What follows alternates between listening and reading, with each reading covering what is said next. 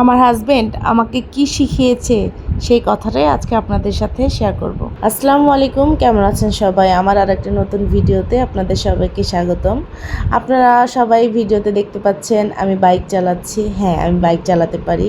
আমার বাইক চালাতে তো খুব ভালো লাগে। আসলে এই ভালো লাগার মুহূর্ত কথাগুলো আপনাদের সাথে আমি শেয়ার করব।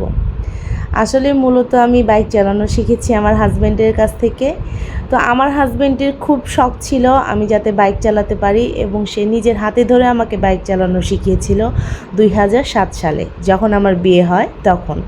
তো সময়ের ব্যবধানে আসলে সে চালানোটা আমি আসলেই ভুলে গিয়েছিলাম, কারণ 2007 আর এখন 2025 সাল, মাঝখানের গ্যাপটা অনেক। তো তখন আমি কিন্তু খুব ভালোই হুন্ডা চালাতে পারতাম। তখন কিন্তু আমি স্কুটি চালাতাম না, তখন আমি বাইক চালাতাম।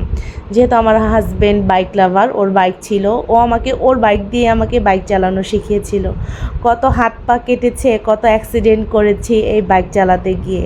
আসলে সেই মুহূর্তগুলোর কথা ভাবলে, এখন চিন্তা করলে কেমন লাগে। এখন আমি বাইক চালাতে পারি, স্কুটি চালাতে পারি, আমার কাছে কিন্তু খুব ভালো লাগে।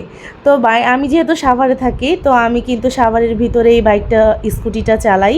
তো আমার খুব ইচ্ছা ছিল আমি যাতে ঢাকাতে যে বাইক চালাতে পারি। তো আলহামদুলিল্লাহ আমার সেই স্বপ্নটাও পূর্ণ হয়ে গেল। আমার ভাসুরের ছেলে থাকে উত্তরা 18 নম্বর সেক্টরে, সেখানে আমরা সবাই সেদিন বেড়াতে গিয়েছিলাম। তখন আমার বোনের ছেলে এই স্কুটিটা ওর নিয়ে যায় উত্তরাতে।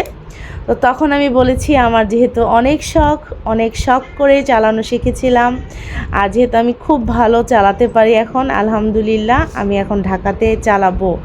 আমার মনের আশাটা আল্লাহ তাআলা যেন পূরণ করতে পারে। ঠিক যে কথা সেই কাজ, আমি স্কুটি নিয়ে বেরিয়ে পড়েছি।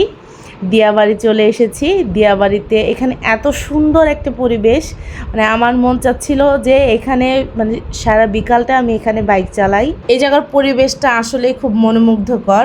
আর এখানে কিন্তু সবাই এইরকম, ঢাকা শহরে যেহেতু ঢাকাতে সবাই বাইক চালায়, কেউ সাইকেল চালায়, এখানে আসলে ভালোই লাগে, অন্যরকম একটা পরিবেশ।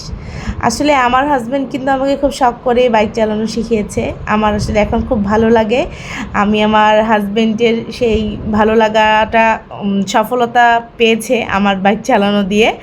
আমি এখন আলহামদুলিল্লাহ খুব ভালো বাইক চালাই এবং খুব পছন্দ করিও বাইক চালাতে।